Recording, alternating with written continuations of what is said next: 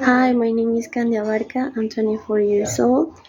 I'm an English teacher, and in today's video, I'm gonna be sharing my opinion about translation and its main use in ESL teaching. Well, I do consider that translation is not a new activity, it's not a new discipline. I guess it has existed for over 100,000 years ago, and of course, thanks to the effort of many linguists and translators around the world, the different translation techniques and strategies that have been created and also developed throughout the years have been mastered, as I said. However, I do believe that all cultures and people from the old epoch or era used to resort to translation as well, but of course in a different way, because we have to know and we shouldn't forget that the techniques and strategies that those people used to translate books and texts from a language into another in the past were not the same compared to the ones we have now. However, they found ways, because certainly there was a need of having people access the same information. And take, for instance, the Bible.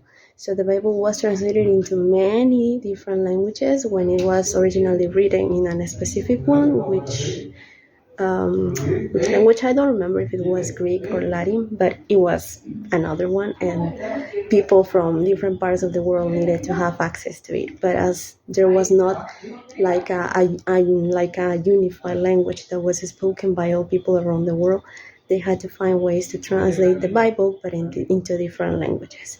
Now, talking a little bit more about my experience as an English teacher in regard to translation in classes, I guess I'm not the type of teacher who tend to overuse translation a lot in classes, because I'm more of the idea that my students need to keep or need to be in contact as much as they can with the target language, which in this case is English. However, I will not deny that there's a need, of course, especially with beginners, to make some translations, especially when teaching vocabulary, because when we teach vocabulary, it is important for our learners to know how to use the words in English. It is important for us to have them maybe find equivalences in their mother tongue.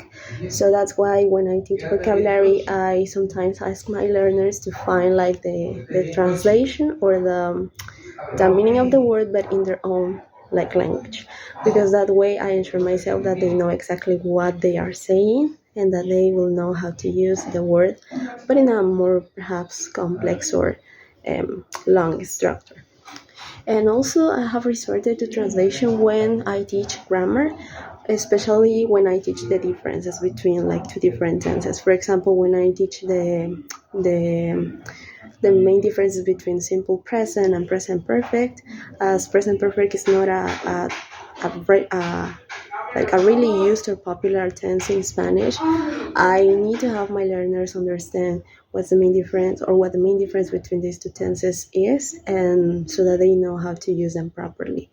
And that's why maybe I take some exercises sometimes, as I said, not all the time, but I take some material, some paragraphs in my classes, and I have learners translate those small or short paragraphs into their mother tongue, which in this case is Spanish, so that they know exactly how the structure works in that specific context or in that specific paragraph. And finally, giving my opinion, I think translation is important, is an useful method or a strategy used when teaching languages. Because, as I said, if it is used properly, I guess it really works with the students, especially with beginners, because it is not quite suitable for a learner just to have a direct contact with the target language. I know that it is important, because the more they